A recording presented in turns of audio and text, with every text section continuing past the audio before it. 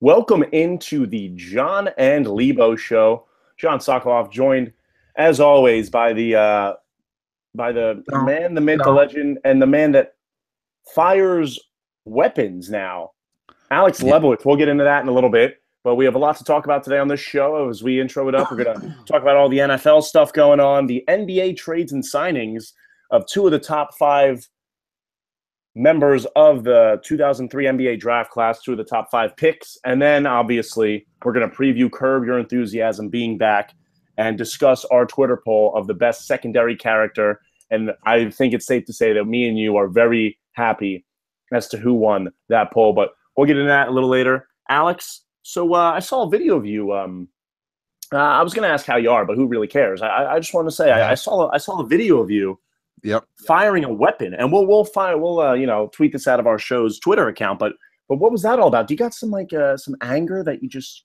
keep bottled up inside that you let all out at this range? No, I'm happy. No, no, it was fun. Two of my brothers actually are gun owners. So my brother Jake, he actually does a little bit of hunting. He has a crossbow, he has a shotgun, and then my brother Andrew has a handgun. I don't know the vernacular, but he invited me and one of his other buddies who we grew up with, Josh. We went out to a gun range out in New Hampshire, and we shot some guns. It was pretty fun. You know, people are like, when you shoot a gun, you feel so powerful. I was like, it's fine. It's not like I didn't shoot one and I was like, this is for me. Like, no, I shot and I was like, okay, I can see how this could kill a person. You know why you shot that gun? Because it's your right to be an American. That's why. Yeah. You shot that gun. No, I think people should be allowed to have guns who are mentally capable of having them. But and they're fun. But you know what? I'm not like the big like gun guy. I didn't shoot it and like have this like awakening that it's like I need to start owning a ton of guns. And then I guess maybe it's because I'm not at that level of insecurity left yet. But it was fun. You shoot a shotgun; those things are really powerful. And I shot, and in the video you can see this. I shot it, and I had the gun tilted a little bit because I don't know how to aim. I don't know how to shoot. This was the first time I shot him, and I shot the carrier above it, and the guy was kind of pissed because he's like, if you do that again, it's $25 for each shot because it marks it up. And yeah, I couldn't aim him very well. It had a lot of kickback, but it was fun. It was fun. I'd do it again, maybe. It's really, really expensive though, so I'm probably not going to do it again for a very long time. But I can say I can How much did it cost? For everything. Like, well, we rented 2 guns. We got a ton of ammo. You had to I think you have to rent the lane that you're in, and yeah, and so all together between the 3 of us, it was a ton of money. It was a few $100s. Really? Wow. Yeah, so it's a lot of money, and I didn't know it was that much going in. So when I found out, I was like, oh, okay, I'm not doing this again, because it wasn't for me. It wasn't worth all that money. It was still fun. I got to say I did it. But yeah, it was cool. It was fine. It was Good. I don't see I can't wait to get myself out there. You know. I don't see how everyone's like so about it. I guess I get it, but I didn't shoot it and think, this is great. This is awesome. Oh. All right. Well, also, did you see what happened on Twitter? The 280 character thing. What are they just giving that to like random accounts and letting them try it out? Yeah, a select few. It's the dumbest thing ever. That's too many. That's too many. Like too many characters, man. 160 is perfect. I feel like every tweet I send out is always like 142 characters, and I have to mess around with it. 160, I think, is perfect. It's more than enough.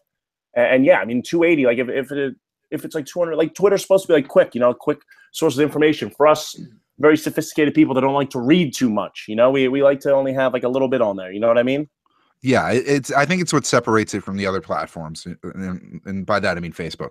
You don't have these people having these 4-paragraph political rants on there. You have to make things concise. It's easier to read. It's more direct, and it's better for news, I think, too. And you can always do threads. Threads are always fun, I saw one tweet which was really funny. It's like, the tweet was like, I think that a 280 character limit is really stupid for Twitter, and I'm going to explain why. 1 out of 47, like as in the thread. I saw that, yeah. Which is very clever. But so you already have that aspect of it. But the people who do that are assholes. Like just get to your point. Just say what you need to say. I saw Big Cat So- was really mocking it yesterday. I thought Yeah, that was funny. he's one of the guys who got it, and he started mocking it. Which, you know, I think that was a hilarious way to handle it, and it kind of proved the point. Like, why do you don't need 280 characters? Twitter has done fine without it. And another thing is, people always complain about one thing more so than anything else, and Twitter refuses to change it, and that's having an edit button. You have it on Instagram, you have it on Facebook, you have it on every other social media platform, but Twitter's like, no, you like if you have one tiny typo, it's going to ruin your tweet, and there's nothing you can do about it. Yeah, but and I like that. Like tweets are already short enough. Like, what if I like tweet something out and then edit it back and just say like praise Islam? And if it already has like 100, I would do that if I had a tweet go viral. I would be like, I would put something in there like, you know, Stone wasn't a bad guy. And have like 100,000 retweets. That would be funny. I like that you can't edit it.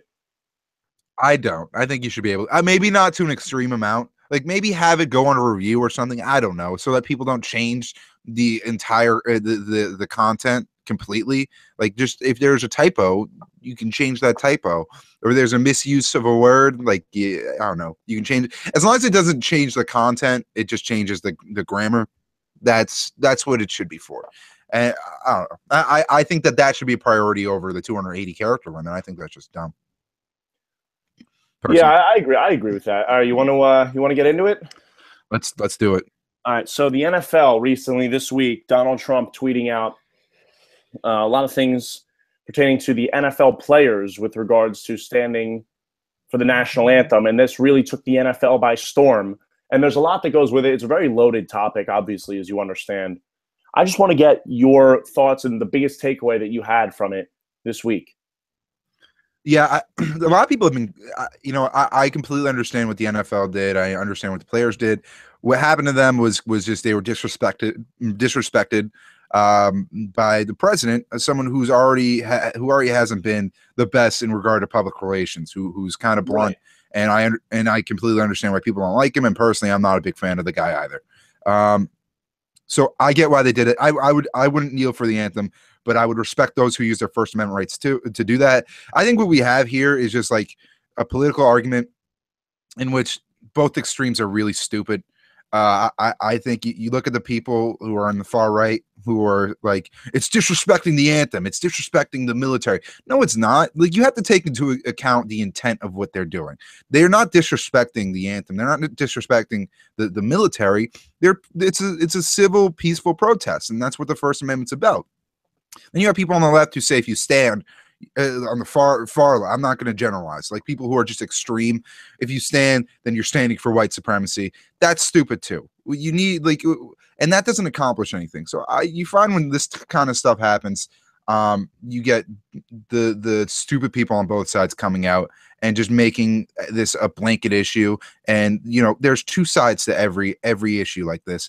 And I think we need to acknowledge both of them, both why people are find it disrespectful that you stand for the anthem and why people are doing it in the first place. Instead, you have two sides going at it over, you know, something where I think we have more common ground than people think. Yeah, I don't really want to get into more of the whole. I feel like we've been really just dancing around with this topic for a while. Although, like, with people standing, sitting, like, what's right, like, reactions to it, whatever. I want to go into the NFL on this because I would say that before last week, the NFL, the majority of owners, if not all owners, and most of the players are for standing for the anthem, and they were really against the protests. They really were. I think they were, and a lot of teams were. And now this week, all of a sudden, you know, and Trump calls players SOBs that don't stand for it, and then the owners are uniting, saying, like, oh, like, you know, players, that's like, you know, they're right, whatever. I think it's kind of like the NFL like always does stuff and says that it's for like other things, like says like, oh, you know, like we're really cracking down on this. We're really cracking down on this. They just do stuff just solely because of how it makes them look. Like if it were like when it comes to, oh yeah, now like, yeah, we really want to protect our play. Because before you would probably think like the NFL would be like, hey, stand for the national anthem. Teams saying that, like stand for the national anthem. But then once all of a sudden when Trump comes out with all this stuff, it wasn't really an attack on the players as much. They're acting like they care about the players. This is a personal hit for teams. This is the personal hit because it shows Trump was disrespecting the players. Therefore, they're disrespecting the owners. Do you think that's why they're doing it? Now all of a sudden, the owners are standing out there. They don't give a shit about the players. They never did, and they don't. They don't. That's why give a shit about the issue. They don't give a shit about the issue, right? It's just they thought that they were coming after them. This is all like it's all personal. It's all personal, I think. And now you have with all this shit going on with it, it's just like you never seen an owner stand out there. Now that you're saying these owners are saying that they're standing out there for the players, I don't think so. I think it's them standing out there because these all of these like it makes them look good.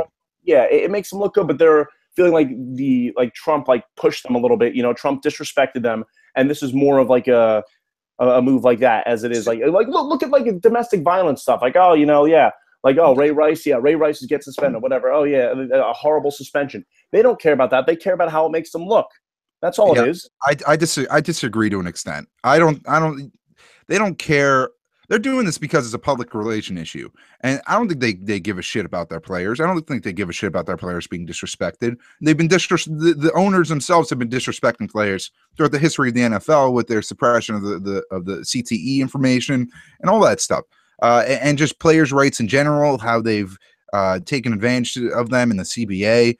They don't give a shit. This is simply because it's a national headline story that's getting a lot of traction, and they look bad if they didn't support it. That's it. It's about what would look worse if we stood against the players or if we stood with them in the public eye. Also, another thing I want to say is this: I don't think this is about Colin Kaepernick's original intent. I think this is more about a protest against the president instead of what the original protest was, which was, police brutality in black communities. And, if it was that original intent, people would have been standing a while ago. It's when the president of the United States attacked players, that's when they started taking a knee, and it's in solidarity against Trump. So I understand that people want to make the argument that this isn't against Trump. This is but guess what? It is against Trump. If it wasn't against Trump and it was for the original cause, people would have been standing a long time ago. So I think it's silly to make that claim. And yeah, I don't think the owners, I'm not giving them any credit. They're doing this because it makes them look good. It's not genuine at all. Right. Okay. Yeah, I think we agree when it comes to that stuff. But also just these players are protesting for that, but also the dumb players that are really just protesting that don't even really know why they are. I'm protesting. You don't like it here. Get out of this country. Dude, shut up. I'm protesting until the president apologizes to me. Oh, that was get off your high horse, dude. He gives a shit about you. I that one's dumb. You get again, both sides are stupid. I've been on the record. I don't like Colin Kaepernick. He's not even involved in this right now. He's kind of become the martyr. And people have been talking about that too. It's kind of silly that this guy, isn't he a little bit of a fraud? He doesn't vote. I mean, he gives money, but that's a whole different story. But yeah, I think you have that, and you have Derek Wolfe coming out with his comment. Actually, if you don't like this country, get out. People who say that I don't think they realize how dumb that sounds. If you don't like this country, don't even use your First Amendment right to protest what you don't like about it. How about instead you leave, or even saying that people don't like this country. There's a difference between not liking the country and thinking that that change should be enacted. I think the vast majority of people who are kneeling love America. They love this country. That doesn't mean they think it's perfect. And I think that's what we all need to understand is that it's not blatant disrespect. That's the overall theme. It's not blatant disrespect. It's peaceful protest. At the end of the day, there's people who are against it, and if you are pro First Amendment, as someone who's going into media, I'm as pro First Amendment as you can be, then you should stand with these people and their intent. Even if you don't agree with the message, you should understand that their intent is well, and that they're just trying to spark change with their platform, which I respect. I might not agree with whatever their message is. I would stand personally, but I respect the fact that they're using their First Amendment right, and they're trying to spark change for something they believe in. That's the main thing here. I just think this whole last year, it's really been the same thing when it comes to protests. But now when the president gets involved and directly comes after the players, and now the volume of people protesting gets so much larger, that's when like it becomes like a big deal and it becomes a new topic for discussion. It really refreshes this idea of people kneeling during the national anthem, because now it's every team doing it. It's all over the news, and it's really made huge headlines because of Donald Trump. And it's going to shine light on a lot of issues. There are a lot of people that are dumb protesters. It's going to shed a lot of light on a lot of issues within it. And, and people are really going to have a lot of wake-up calls when it comes to it. So we're going to take a quick break. When we come back, though, there's a lot of NBA news. Carmelo Anthony getting traded to Oklahoma City. We'll completely go after that one. Dwyane Wade to Cleveland. They're finally being reunited with LeBron. I'm so excited about this. So we're going to talk about that, too, when we get back on the Jon and Lebo show.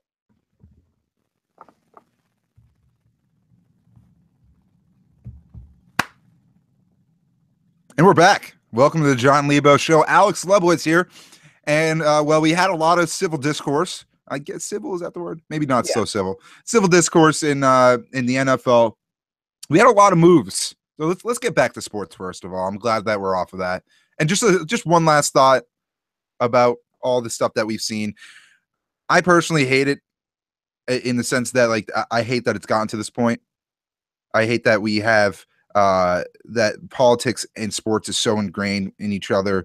I understand that it's for the good, but for my own selfish reasons. Well, it's also just the influence, like the influence that sport has on everything. That's why. Yes, absolutely.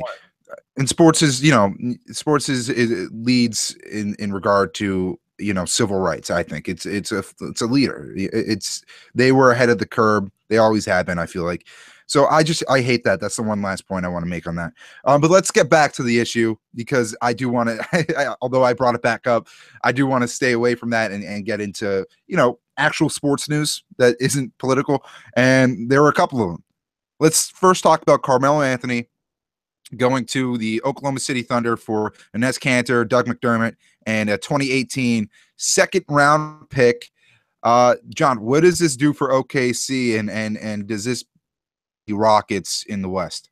Oh man, it is just so great. It's great because for so many reasons. First of all, I'm going to start out with Russell Westbrook, because he averaged that triple-double. They won 48 games out early in the playoffs. He did get a lot of shit too. Like, he was MVP, whatever, but he did take a lot of shit. Now he's finally getting a chance to really prove himself. Can he not only be another great player? Obviously, he's not going to average a triple-double again when you have Melo and Paul George, two top 20 guys in the league on the same team, top 20, top 25 guys. But now, can you make these other players better? Can you make yourself better? Can you make these other players better? You got your resources. You've got two unreal resources. You got two guys that are great wing players that can just score the basketball whenever you need. Paul George will get buckets. Carmelo Anthony will get buckets. And now, so that's it with Russell. Now he's going to finally be able to prove himself, to fully cement himself as a true great, a true all-time great. But also, take a look at Carmelo Anthony. Look at it from his perspective here. First of all, I don't think the Thunder are the second best team in the West right now. They got to prove some stuff to me first. Look at Melo, though. Has he ever been in this situation? He's still got some juice left in the tank. And now it's not like he's the face of Denver anymore. It's not like he's the face of New York anymore. And I don't want to hear this from anyone else, because last season he was still the best player on the New York Knicks. Kristaps is too young to be considered the best player. Melo was still the best player. Now he's going to Oklahoma City, where he'll be able to play the four. Defensively, obviously, he's an average to a little bit below average defender. He's going to guard fours now, which he can do. Put on a little more muscle this offseason probably, and he'll do that. But he's the third option now. He is their third option on offense. That's huge for Melo. Russell Westbrook will be running down the court with his head down, getting to the rim. You'll have Paul George on the perimeter, who's going to be whatever, scoring in any ways that you want him to. Melo will be that third option. That's going to be huge for his game. He's not going to have New York media pressure on him anymore. He's not going to have being around a culture in the Knicks, which has just been a losing culture the last 5 years. He's not going to have to deal with that anymore. He's joining a team where he doesn't have to feel as much pressure. And he's not a guy that performed bad under pressure. I'm just saying this is perfect for him. It's perfect. And I don't know if I see the Thunder as the second best team in the West right now. I still think the Spurs are better, and the Rockets might be too. But the West got way more fun, and Melo is just and it's just a perfect thing for him to go. Maybe he could have gone to Houston. That would have been just as good in this move. But like OKC, that's just awesome. Give Russ more reinforcements. Get the Thunder back to where they were a couple years ago with Durant. I'm all on it. Yeah, I think this is great for Melo, great for the Thunder. This is great for the NBA too, because you take a team in the Knicks that wasn't, maybe they squeak into the playoffs, probably not, but they were a below average team in the NBA. You take again their best player and you put him on a team that is going to be a playoff contender, probably not a finals contender, just given the Warriors roster. But it's a good move for the NBA because you make a good team better, and you don't really take you. It's not like the Knicks were going to be a legit contender anyway. Right. So I look at this as a great deal for everyone. And yeah, the Thunder, you have Paul George and Melo on top of Russ. My only question is, how will this work out? What will the dynamic be like? Yeah. And I think I agree with you. I think Melo will be playing the four. Will he be able to guard power forwards in the NBA? But on the other hand, you have Paul George, who's one of the better defenders in the league. So I think this is a really good move for the Thunder. And who would have thought last year when Russ signed that extension that he'd be dealing with a team that was potentially the second best in the West, and you know, an elite team, a legitimate elite team, not just, you know, good because they have one good player. This is a great deal for both sides, because you also dump that cap. The Knicks do. They dump that cap. That you bring in an S Cantor, who I think's a decent player, and it's really a dump. You don't. It's not like you were going to get a ton for Carmelo Anthony. I think that was a pipe dream. So the fact that they got rid of this guy in the Melo era in New York is officially over is good news. They wiped that slate clean. And again, OKC, I think they'll end up being better than, you know, it's tough. I think they'll be neck and neck with Houston. I think they'll be neck and neck. I think both teams are really What good. about the Spurs? What about the Spurs, though? You know what? You always gotta look at the Spurs as a legit team. I don't know. Those top four teams are going to be really good. It's going to, it could finish anywhere two through four, could be any which way, in my opinion. I You're think right. I think the Spurs are the least talented out of those three teams, but when Greg Popovich is your coach, then that's, you know, that you're going to have a decent squad. And I think Kawhi Leonard is as valuable as any player in the NBA, with the exception of LeBron James. So, you know, it could finish any which way. The only bummer, again, I hate to be the bummer, is you have the Warriors, who probably aren't going to lose. This makes it somewhat possible, but I'm not counting on it. It would be an all-time upset if any of those three teams beat the Warriors in the playoffs. Not saying it's impossible, but this is their second year together, and I think they're only getting better. I don't think anything that's happened this offseason really changes their outlook for this upcoming year. Let's take a look at what the Knicks got in return. And also, first of all, a little side note, Melo, best thing that could happen to him, because if the whole stuff with Phil doesn't go down, Melo doesn't care about winning a championship that much. All he cares about really is being in New York, and he loved New York. But everyone's forcing him out. The media criticism might have been getting to him. And then you also have Phil Jackson trying to force him out. So now he finally realizes, okay, maybe this was a wake-up call for him. He goes, all right, let me try to waive my no-trade clause to go somewhere where I can win. And Paul George and Russell Westbrook made him feel wanted. That's why he went there. But here's so let's take a look at what they got. Enes Kanter, Doug McDermott, and a second-round pick. This is what I compare this trade to. It's like if you go like to get like your money like exchange like from one country to another, you know. So you go there and you literally just get it straight up for like what it's worth. And I think that's what Melo was worth. On the decline, big contract, not that you know, like of a big deal, you know what I mean? Like he's not like a superstar anymore, but like he does have a lot of like incentive for teams to get him. So instead of like Scott Perry trying to dance around it and get more, which he probably could have if he was a little bit of a better exec in this move, probably could have gotten more. If he was Kobe Altman. Yeah, or also, and he didn't like shit the bed with this trade and get a lot less. He got straight up what it's worth. He got a good player in Enes Kanter who will be able to help these younger guys grow, who's been around the league for a little, who can score in his sleep. And you got Doug McDermott, who's a young player that showed promise, who was 10 points per game for the Bulls off the bench before he traded the Thunder, a good shooter. So he got some pieces, like nothing crazy, but they didn't get nothing. They literally just exchanged for Melo, like a straight-up exchange, nothing more, nothing less. And I think this is great for Melo's career, man. I really do. Yeah, I mean, it's what I expected the outcome to be. You weren't going to get Kevin Love for Carmelo Anthony. That was just ridiculous. You weren't going to get any high-end player for Melo. You were going to get a couple pieces. they call that's a little code word for second round picks, by the way, bacon bits. So they got what they needed. They got a decent big man, a guard who has a little bit of promise. Probably won't pan out to be anything player. special. But you got rid of a huge contract, and that's really the end game. You wanted to get rid of Melo. If anything, I think he was a distraction in New York. I think his players. I don't even think it's that much as much of it's just so like just get him out of there. You're rebuilding. You're the Knicks. You got a good young team. You have a young core now of the French Frank that they drafted, Tim Hardaway Jr. and Kristaps. You don't need Melo there stunting the growth. You don't need him being the best player. Get him out of there. Rebuild. Get what you can for him before he leaves in free agency. Where will they finish? Where do you think? How many wins? 30? 25? Well, I think like 25 to 30. They're a young team, but at the same time, like they've got a lot of upside. I love top 5 pick. Maybe. There's a lot of real teams that are really going to go after it, really try to be bad. The Pacers are going to be bad. The Hawks, the Magic will be bad too. A lot of teams like that. But at the same time, like I think they'll be a bottom 10 team. Yeah, I agree. And then that's what you need if you're the Knicks. You got your piece in Kristaps Porzingis. You got French Frank. You got a couple other guys maybe. But just keep doing the 76ers method. There's also another move. D Wade. Where LeBron goes, he follows, or vice versa. I guess that doesn't really fit because LeBron went where he was. But Dwyane Wade was bought out by the Chicago Bulls. So RIP to the Dwyane Wade era in Chicago. That went really well. And it seems like he's going to the Cavaliers. I don't think it's official while we're recording right now, but it's going to happen. Yeah. It's quote unquote official.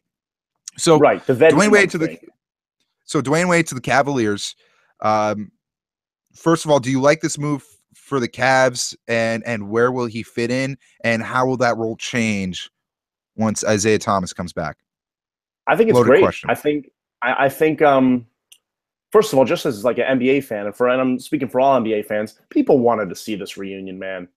And this sets up the potential banana boat of next year with Melo and Chris Paul. We're not going to get too far on that, but people wanted this, man. Like people wanted this. Like everyone wanted this. You wanted these two guys. Those Heat teams were so fun to watch. I think I could speak for you when saying you loved watching those Miami teams back in the day with these two. It was great. And now look, Dwyane Wade's 35 now. It's not like not like he's 28 anymore. He's 35. So there's a lot more to look at. Will he start? Probably. He'll probably start. Last year in Chicago, he averaged 18 a game. He could still get his buckets. He just needs to proceed with caution. He can't be like one of the top tier players on the team. And now being in Cleveland, you can argue that he's, once Isaiah Thomas comes back, the fourth option, which will be great. But I think he'll be able to fill the void while IT's gone. Yeah, because it'll be good for LeBron. It'll fit with the space. He's not going to be huge for this team. Again, 35 years old. He won't be practicing every day. But at the same time, it's so exciting to watch. He'll still be able to put up a lot of points. And if he really thought that he couldn't play really well this season, he would be out. My other thing, though, Dwyane Wade got a huge wake-up call. Because when he left Miami, he got lowballed by Pat Riley, who was a real dick in that situation, if you ask me. No, Pat Riley being a dick? That let me shock. I know, right? And then so then he goes there. So he's like, all right, yeah, fuck this. I'll go play at home. I'll go play where I was raised. I want to be in this spot. It looks like maybe if I can go there, we can maybe win now, even though they're also rebuilding. I'll go there. I'll help the young guys, whatever. He gets there. It's the worst dumpster fire I've seen. And thank God they patched it up the way that they did quickly. You got young players that you want to develop, but you also got Dwyane Wade and Rajon Rondo that you're bringing in, veterans. It's a combination of both. And then just smack dab in the middle, a guy who's entering his prime right now, and Jimmy Butler, who's wasting away his years with that. So that's Dwyane Wade was in that dumpster fire situation because he chose for 1 year to play for a personal reason and not really as much to ring chase. Now he found that out. He saw how horrible that was. Now he's ring chasing. He dealt with 2 years without LeBron. The first year with the Heat when he was there, they made the playoffs, but they actually got pretty far. They got to the second round and lost in 7 games. And now then the next year he's in Chicago where it's a dumpster fire. He wants to be back with LeBron. He wants another realistic chance at a championship, but I don't really consider it fully ring chasing now because they're the heavy underdogs. But I really like it. I do. Yeah, I mean, it's all right. I don't know if it's the best move for D Wade. I think he went there because him and LeBron are boyfriends and they love each other and they want to be together. That's literally it. Like they're buddy, and what LeBron wants, LeBron gets. I don't even know if it's the best thing for the Cavaliers to do. Are they missing Isaiah Thomas for the first few months? Yes. D Wade necessarily fills the void of IT. They're not the same type of players, obviously. One of them's a foot taller than the other. But I just don't. I'm not a huge fan of the move. I think it's simply LeBron James getting what he wants because he's LeBron James, and I think Dwyane Wade went there because he's, again, him and LeBron are in love. Why go to the Cavaliers? I don't think that was the best place for him to be. And again, the only reason he went there is because he's comfortable with the star player. He could have gone. Where did you want him to go? I don't know. He could have looked at playing for the Spurs. He could have looked at playing somewhere in the West, playing for a different team in the East. It's just too like. I don't know if that was the best thing for him to do. I understand why he did it. You want to ride the coattails of LeBron. You're 35 years old. You're like a 13-year-old German Shepherd. You're at the end of your road. But I don't know. I just whenever I seen these two join forces, and we're gonna see Chris Paul there eventually, probably. I hope that'll be great. And Melo will probably come back too. It's it goes back to the basketball fraternity thing, and a lot of these guys do these things because they're friends and not necessarily because it's the best thing to do. Not only from it's not the best competitive thing to do. So I don't know. It rubs me the wrong way. What did you want him to do though? Like, that's my thing. Go to a team and do something less predictable than go to the Cavaliers and join forces with LeBron again. Don't bring the band back together. You had your run. All right. It's like you had your run. Stop. You ever see like a reunion tour and the band's not the same? It's like they go out there and the lead guitarist. Obviously, he's not going to be the same. He's 35. Let me finish. The lead guitarist, his stomach is hanging out of his shirt. The lead singer has a vest on and it's open, but like he's got boobs now and his voice is just not what it used to be. He used to hit the high notes. Now he lets the crowd take over when it's the Seinfeld reunion show. They're 20 years older and 20 pounds heavier. Amateurs. No, but it was.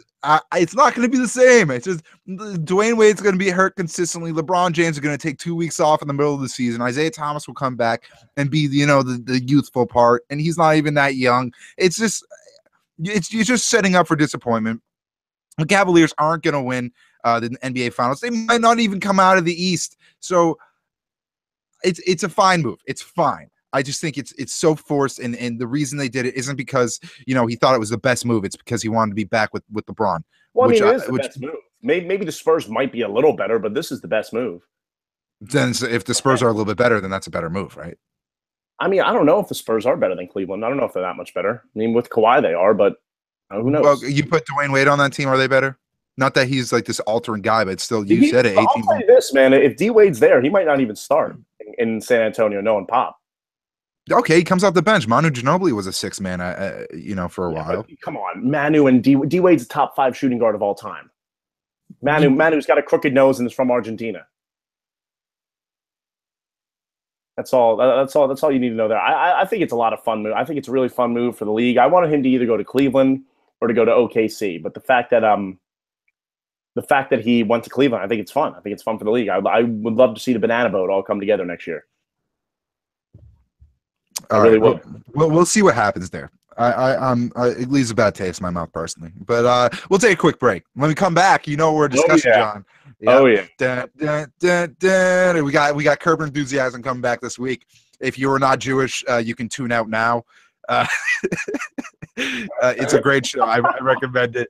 So we'll be right back talking about a little bit of Curb. This is the Jon Lebo Show presented by Bonehead Picks.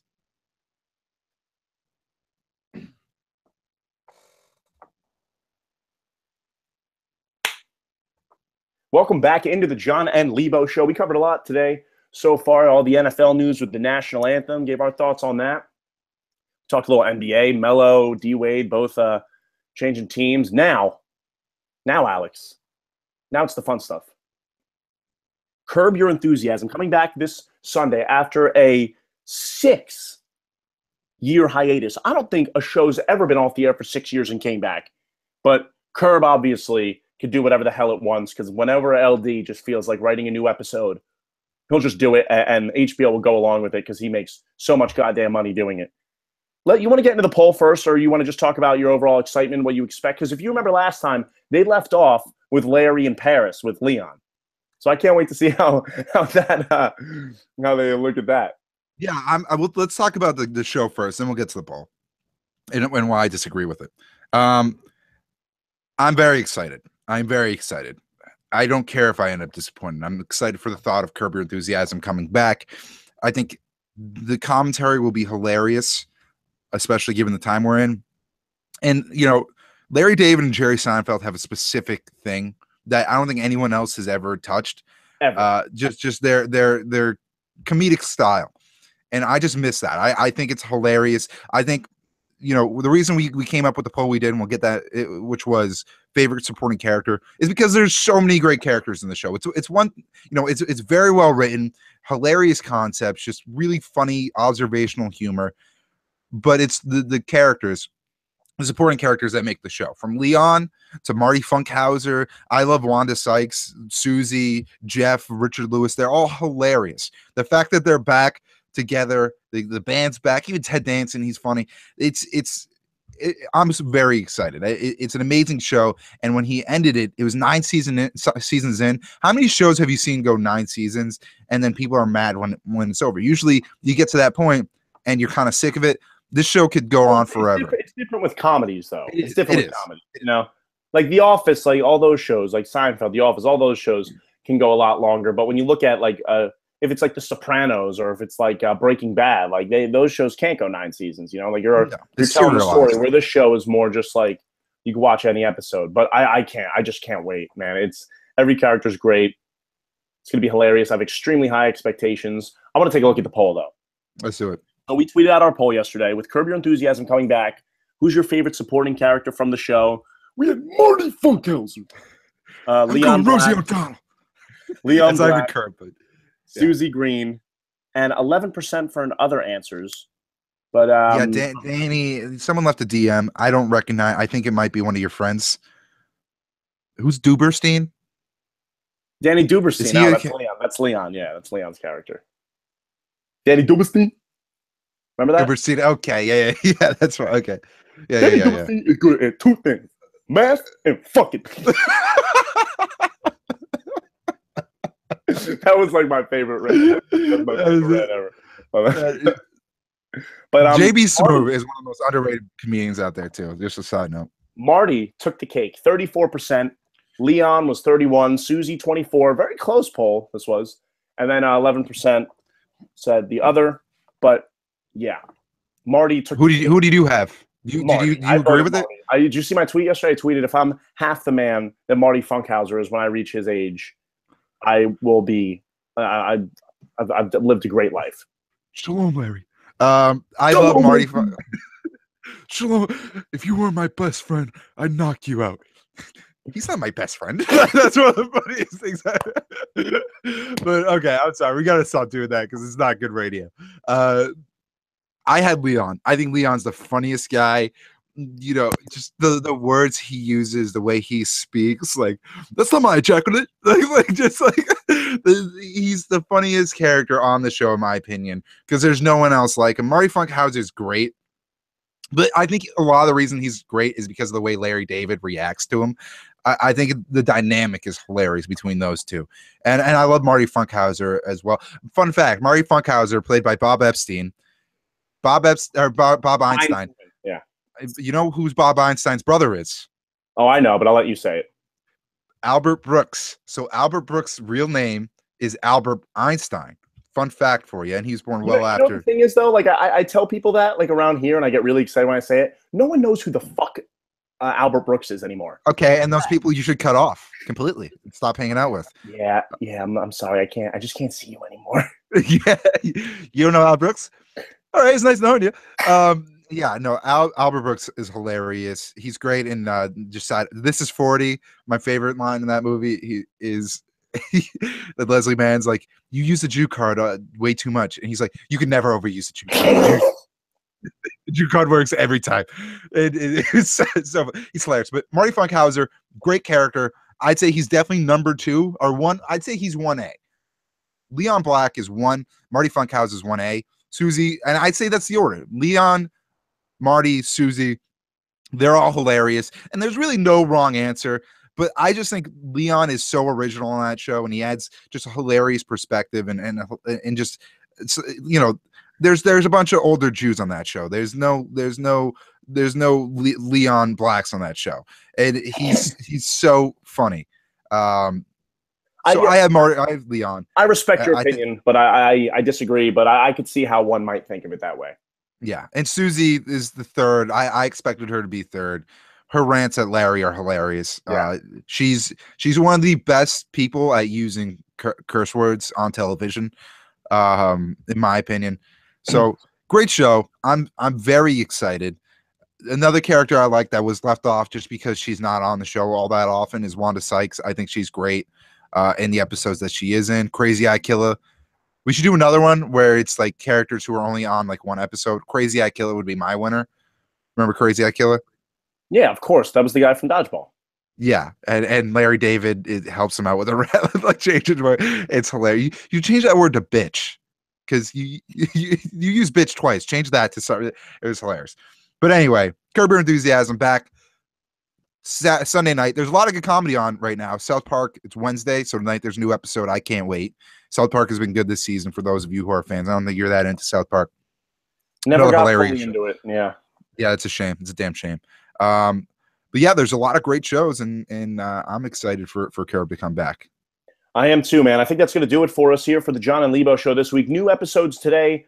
Wednesday is our new day. Every Wednesday, a brand new episode will be released in the afternoon.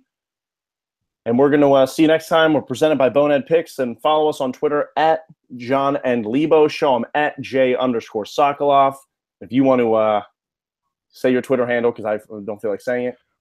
At Alex_Lebowitz. That's LEB as in boy, OWITZ. And also another plug. Actually, no, I'm not doing that this week. Never mind. Shana Tova to all my Jewish people out there, belated. It's the new year, John. Be proud of your Judaism. And it's Yom Kippur this weekend, so good luck with the fasting. And I hope everyone reflects. Okay. Thanks for those kind words. We'll see you guys next week.